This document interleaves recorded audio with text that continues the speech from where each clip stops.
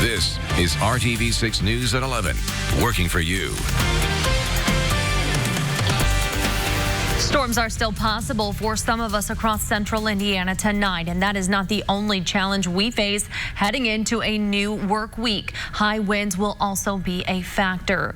We begin tonight at 11 with a Storm Team 6 alert. I'm Nicole Griffin. Thanks for joining us. Standing by is meteorologist Kyle Mounts. Kyle, we are talking strong storms and high wind gusts for Monday. Yeah, Nicole, especially as we go into the morning hours of our Monday, and you can see where the focus is for some of those stronger storms from Muncie, Indianapolis, through the Sullivan area and areas southeast. That's where we have a marginal to even a slight risk of some of those strong to severe storms, especially as we get around Columbus, Seymour, and into the Greensburg area. Primary threat's going to be some gusty winds, and most likely between a window of about 3 a.m. and 8 o'clock Monday morning. Right now, we've got some showers that are increasing in coverage, but no rumbles of thunder out there so far tonight. As we go through the overnight, TrueCast has a pretty good handle on the situation with some lighter showers, but as we approach 3 o'clock in the morning, there you can see some of those thunderstorms popping up here around Seymour and just to the south of Connorsville. Those will quickly move into Ohio, and it looks like Ohio into Kentucky will have a greater threat of severe weather, and those storms will move out of here pretty early in the morning, but it leaves us with some very windy conditions. A wind advisory across all of central Indiana throughout the day tomorrow. We'll talk about those gusty winds in just a few minutes. Kyle, thank you. Tonight, the stadium lights at North Central High School are shining bright. It's a tribute to athletic director Paul Logan, who lost his battle with COVID-19 today. In a statement from the district sent to RTV6, it says Logan has been part of the Washington Township family since 1988 and became athletic director at North Central in 2014. A memorial is growing tonight in front of the high school. Signs read Paul Strong. During his 31 years at the school, Logan has held many positions, including teacher and coach. The district says his competitive, passionate, and hardworking spirit made him loved by staff, parents, and students. He was a really happy, really funny guy, and he made sure he signed every athlete individually when they went off to college. If you didn't go to college, he still encouraged you for your sports career. He was just a really great guy. He had a huge impact on the school, but he was so nice, and he loved the students here so much. They were his family. North Central wants parents to know that students can reach out to their counselors via email if they are having a tough time with this news. People from all across the high school athletic community in the Washington Township School District are reacting tonight to Logan's passing. We have all the statements up right now on the RTV6 app. Tonight, we are learning a veteran firefighter in Terre Haute has also lost his battle with COVID-19. John Schaffstall was 41 years old and has been with the Terre Haute Fire Department for nearly 12 years. The fire chief tells RTV6 John was respected by his brothers and sisters in the firefighter department as well as the community. He was a friend, and his absence will be truly felt by all. Now to the latest numbers from the State Department of Health. Today we learned 13 more deaths confirmed since yesterday, and more than 7,900 people have tested positive. Altogether, a total of 343 people have died from the coronavirus. More than 42,000 people have been tested so far in Indiana. Here at RTV6, we also want to share the positive news coming out of these tough times, how people are working together. Tonight's story takes us to Anderson, where a congregation is showing their pastor just how much they appreciate him, lifting their families up every day. Instead of gathering inside their church on Easter Sunday, the congregation at Crossroads United Methodist Church in Anderson met up outside in the parking lot. It's supposedly going to be a very good surprise. Ken Flesher says everyone was disappointed when they learned there wouldn't be a traditional Easter service this year. I thought, well, maybe this is just a good way to do that. We'll stay in our cars and we'll keep safe. About 50 members got in their cars Sunday morning to drive by Pastor Rick Jones' home. It's a surprise he did not see coming. I see people that I recognize in my front yard, and here comes a parade of my parishioners saying how much they love us. We were touched. He has given us messages every day. He is really keeping our spirits up, and I thought a good way to thank him was to actually take the church to him. He's got a lot of pressure, and especially during this time, we've had 3 funerals that people have not been able to have their loved ones there, and that's very hard. And he is their emotional support. On top of his daily devotions and YouTube services, Pastor Jones has also created a phone check-in system. 20 shepherds that are calling each of our people once a week just to make sure that all is well. So it's these kind of connections to make our people make sure that they know that I know that they're there and that we are in this together. That's been my message all along. He says the coronavirus shutting down the church has forced them to be innovative and find ways to grow. Practices he expects may stay with the church once they open back up. But until then, he leaves his members with this Easter message. That Christ is risen from the dead, and since death can't hold him down, neither can the coronavirus, neither can separation, neither can shelter at home. Nothing can hold Christ down, and we can overcome this. We can see how God's at work, and we can hear how God's calling us to be better people, to be the people that he's called us to be. That is the Easter message, and that's the message for every day. Crossroads United Methodist Church closed on March 16th, and Pastor Jones says he thought people would start to say they are doing okay without the church, but he's been surprised by how many people are saying no, they need more, and the pandemic has actually helped them come together. Tonight, the Perry Township community is remembering IMPD officer Brianne Leith, who was killed in the line of duty. Leith graduated from Southport High School. Tonight, a large rock outside of the school says RIP Officer Brianne Leith. There was a blue line painted in the middle, and at the bottom it says Fly High. After her death, Perry Township Schools posted that the community is heartbroken to learn she lost her life, and their thoughts and prayers are with her family, many of whom have bravely served their South Side community for years. The city will be able to pay their respects for Officer Leith through a virtual service that will be held this Thursday, April 16th at 11 a.m. Services will be at the Indianapolis Motor Speedway. Due to current restrictions under the coronavirus, the public will not be able to attend in person, and there won't be any public visitation. Instead, you are invited to participate in the funeral service by watching it online. Officers in attendance will remain in their vehicles to honor Officer Leith prior to the beginning of the service. We will have more details in the coming days. Indiana's stay-at-home order because of COVID-19 means roads have far less traffic on them than normal, and that is why INDOT says it has moved up a massive construction project that will impact your drive on I-70. INDOT says traffic volume has fallen by 40% since Indiana's stay-at-home order took effect. So a project on I-70 between the North Split and I-465 will now start Monday in hopes of getting it done before heavier traffic patterns resume. This project will be completed in 2 phases, each one lasting about 30 days.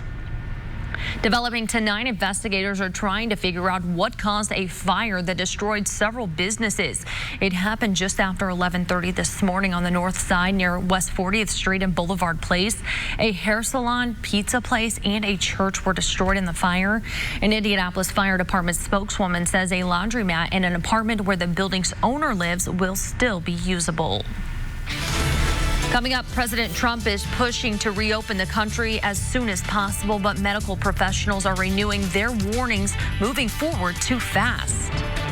And Easter looked a little different this year due to the COVID-19 pandemic, but straight ahead, we'll show you how people in central Indiana still made the most of the holiday. Winners.org/regions. This is RTV6 News at 11, working for you. The coronavirus pandemic is taking its toll on the economy with millions of people out of work. Many are hoping things will soon return to normal, but there is much uncertainty as to when that will actually happen. Here's ABC's Rachel Scott with the details. As the coronavirus pandemic continues to have a devastating impact on the economy, many are wondering when life will begin to return to normal. As President Trump considers lifting stay-at-home orders on May 1st, Maryland's Republican Governor Larry Hogan is pushing back. The first thing is saving lives and keeping people safe. You can't just pick a date and flip a switch. I don't think it's going to be that simple. FDA Commissioner Dr. Stephen Hahn was asked about that May 1st goal. It is a target, and obviously we're hopeful about that target, but I think it's just too early to be able to tell that. We see light at the end of the tunnel. New York's Governor Andrew Cuomo says we need a public health strategy that is safe. The last thing we want to see is an uptick in that infection rate and an uptick in those numbers that we work so hard to bring down. The president wants to get the country reopened as soon as possible, but experts have cautioned against doing so too soon. Dr. Anthony Fauci telling CNN it will not be an immediate return to normalcy. You want to make sure you don't do something prematurely and precipitously. At the same time, you pay attention to the need to try and get back to normal. When asked on Friday what metrics he might use going forward. The metrics right here. I'm going to have to make a decision, and I only hope to God that it's the right decision. It's the biggest decision I've ever had to make. A second coronavirus task force is expected to be announced on Tuesday. I call it the Opening Our Country Task Force, or Opening Our Country Council, so we don't get it confused with Mike's task force. Many experts believe the key to reopening the country safely will be testing. Nationwide, about 2 million people have been tested for coronavirus, less than 1% of the population. Rachel Scott, ABC News, Washington. Rachel, thank you. Small businesses are often called the backbone of the American economy, but the coronavirus is putting many of them in danger because of closing, because of sharp declines in business. And as Maya Rodriguez reports, a federal loan program that's supposed to come to the rescue is falling short. In her hands, Toby Whitman carries her pride and joy, as well as her livelihood. We source everything from as nearby as possible. The Floristones Little Acre Flowers in Washington, D.C., a small business with 6 employees. And lately, business has been tough. And that's when we thought to ourselves, oh, wow, this is really going to be a big deal for our business. And it has. Their flower orders for events gone. That side of the business down 100%. The shop is surviving on a small number of daily flower deliveries. And we're dipping into the savings that we have to keep people on board. The federal government recently passed the $2 trillion CARES Act. In it, there's more than $349 billion for small businesses in something called the Paycheck Protection Program. It's designed to help small businesses hold on to their employees. Billions of dollars in small business loans have already been processed through Paycheck Protection Program. So we went out on Friday, and literally it's become so popular. It's been worked with the banks. They get it to the small business. But it hasn't worked quite as smoothly as that. Banks report a confusing lending program process, which is limiting their ability to get those emergency loans out to small businesses. Wells Fargo announced it would no longer be accepting any more new applications, saying the bank already reached the program's $10 billion loan maximum.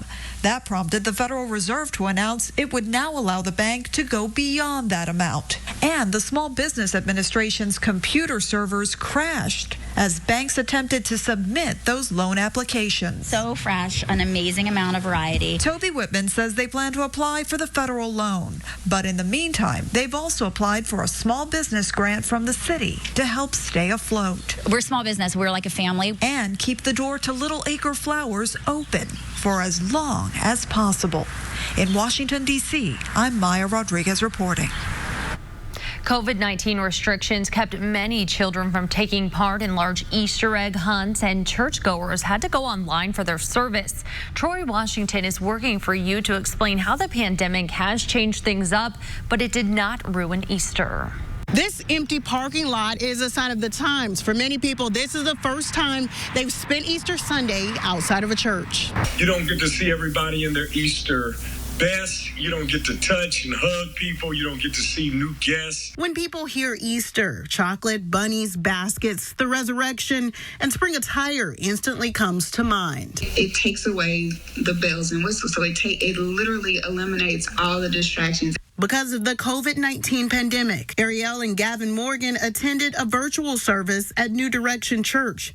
They took communion from their couch and spent their morning celebrating the resurrection of Jesus Christ. It really humbles you a lot more. It really makes you focus on the true blessings that you have. This couple chose to take the comfy route, but they aren't knocking those who didn't. Some people are still dressing up in their Easter outfits at home, and I think that's beautiful. You know, I think it's a beautiful thing to do with your family. But as you can see, like, we're in New Direction t-shirts and hoodies, and it really just put the focus today on the fact that today we celebrate Christ. For Pastor Kenneth Sullivan Jr., this year is a change of pace. Even still, he welcomed the challenge. Good that all those things are kind of put on pause so that churches and pastors have to now focus on the main message of Jesus. He calls his new normal the cyber sanctuary. And on Easter Sunday, as well as every other Sunday, the purpose is to reach people wherever they are. Working for you on the East Side, Troy Washington, RTV6. Troy, thank you. New at 11 o'clock, severe weather, including hail and tornadoes, swept across the southern United States this Easter Sunday. Tornadoes have already ravaged some communities. At least 6 people were killed in Mississippi. Power lines are down and numerous buildings are a total loss. The tornadoes and hail also passed through Texas, Alabama, and Georgia, as many of 20 states could see some impact from the storms. And Storm Team 6 meteorologist Kyle Mounds standing by now, tracking the chance for severe weather here at home. Yeah, we're on the northern fringes of that system, Nicole. We're not expecting the severe threat they've had across the deep south for much of the day, but still that isolated chance here as we go into the overnight hours. We'll talk more about that in a second. We've got some light rain showers out there right now. Temperatures are still mild. We're sitting in the 50s, but the week ahead is going to be much cooler, as we'll find out. Here's a look at satellite and radar. You can see where we've got that band of rain showers developing from Rockville through Crawfordsville into Frankfort, Tipton, and Kokomo, all getting some steady rain this evening, and that stretches through Hartford City and into Marion as well. So it's just rain out there right now. As we get to around 3 o'clock in the morning, though, we start to see a few more of these thunderstorms, again, mainly southeast of Indianapolis developing, and those are the storms that could have some gusty winds, possibly some hail within those, and we'll see those showers and thunderstorms pretty quickly moving off to the east here as we go through the morning hours. By 5 a.m., most of that activity is into Ohio and Kentucky, leaving us with some scattered rain showers, but we're still going to be impacted with some gusty winds here. So as we go through the morning hours, you're going to want to make sure that you've got that Storm Shield app loaded and ready to go in case there are any warnings that are issued for your location. But here is that wind advisory. It's in effect for pretty much most of the day on Monday, as we could have wind gusts around 50 miles per hour. And I think the strongest of the winds will come in just behind those thunderstorms and the rain. That's where we could see by about 10 o'clock in the morning some of those gusts closer to 50 miles per hour. But it's going to be breezy throughout the day. Should taper off a little bit as we head into the afternoon. So if you were hoping to get in that outdoor run tomorrow morning, you might want to put it off. Might have a little better luck here as we go into the afternoon where it's not quite so windy. Temperatures, though, will be chilly here as we go throughout our Monday. We'll start off around 50 degrees at sunrise, but then we'll fall back into the 40s and really never recover from there into the middle 40s for that afternoon high. And we've got some cold mornings ahead as well. Chance for some frost and freeze conditions here as we go into Wednesday morning and even on into next weekend. 7-day planning forecast, cool afternoons, but will be dry with highs around 50 degrees. Better chance for rain by the end of the week. Kyle, thank you. Sushi restaurants are popping up all over the place. How about doing it at home? It can be tricky, but one local shop is ready to help. We'll show you when the news continues. Setup. Shipped directly to you. We've been showing you businesses all over the area that are continuing to serve their communities. It's our We're Open Indie series. Many local restaurants are helping you and your family find your inner chef. Brad Brown is back in the kitchen with another take-home meal kit. In the right hands, rice, fish, and a few other ingredients become a delicious dish at Sushi Boss. Their 2 Indy area locations are both open for takeout and delivery. From traditional rolls to rolls in bowls, it's a quick take for about $9 or $10. Our takeout and delivery has, exceeded our expectations since we started our own online delivery app.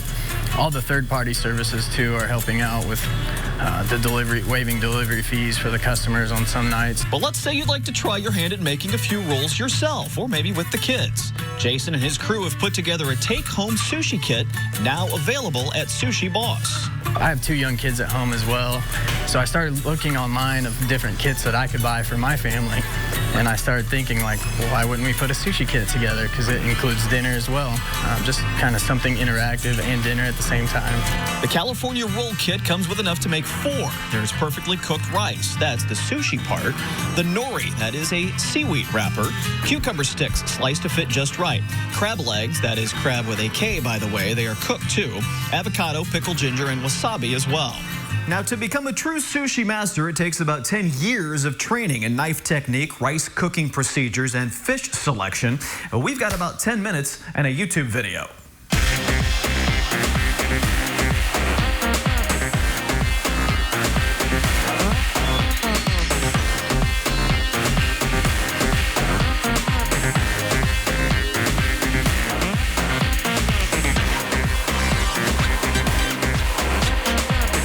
Sushi Boss has locations downtown. There's also one out at Keystone at the Crossing. I'll be honest, it's not the easiest thing. There is a bit of skill involved, but let's be honest, even the mistakes are pretty tasty. That was our Brad Brown reporting. We're Open Indy is RTV6's effort to showcase the businesses that are still open. To make sure you know the options that are available to you, go to our website, theindychannel.com/open, to see what restaurants and businesses are still serving you. Support for COVID-19 victims is coming from all over the sports world, including Grace College in northern Indiana. But for the soccer team, it's well beyond what they thought they could do. Day first with the Sports Extra Spotlight. Life on the run. We first brought you the inspiring story of how the Grace College soccer team was raising money for COVID-19 victims during a 48-hour run. Except they kept running after 48 hours and running. Hey, like Forrest Gump, we're just going to keep on running. It lasted an entire week. Why don't you guys just keep going after this? See, well, why stop now? We thought people might just be bored of us at this point, blowing up their Instagram feed. It began with one of their own players. Back in Italy, the grandparents of senior Ivan Santagiuliana both losing their battles with coronavirus. So the run began as a simple gesture to raise money for a few around the world, all captured on the team's Instagram page. Now we're just getting in the Goshen, 5 o'clock. But it seems all this was much deeper than just raising money. Is that correct? The thing that I kept hearing from the guys was they were just so happy to be helping other people and running for other people.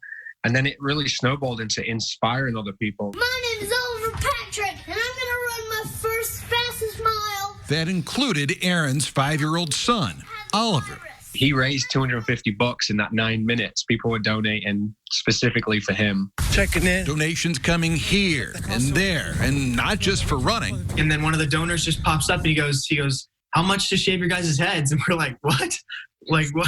He goes, 500, both of you shave your head. We're like, all right, we're in. A simple gesture with their players doing their part from around the world. A beautiful night here in Auckland, New Zealand. A week's worth of work, culminating with the big donation from the Dane and Mary Louise Miller Foundation, making the final total $20,000. This really showed how invested we are in the community and how much the community cares about us and our program. It all came together because of the negative situation with Ivan and the coronavirus. But this is a really tight group. It is the most special group I've ever been a part of. I love that they're a part of my family. A team effort, perhaps unlike ever before. Day first, RTV6 Sports. Get rallies delivered.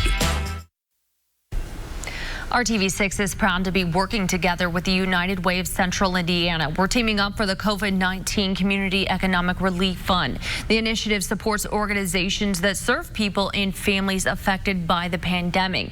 You can donate to the fund by texting HELP 2020 to 91999.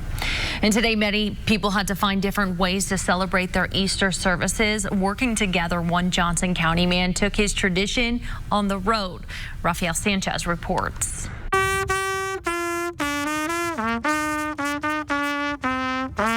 The traveling trumpet player, unable to perform at his Easter Sunday worship, took his tradition to parking lots. Happy Easter, everybody.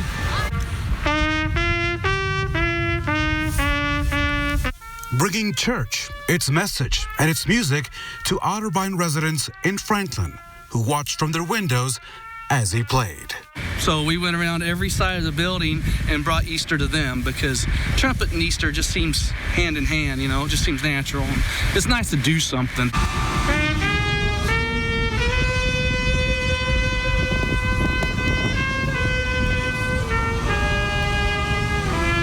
Steve Brown is the bugler for the Honor Guard at American Legion Post 205.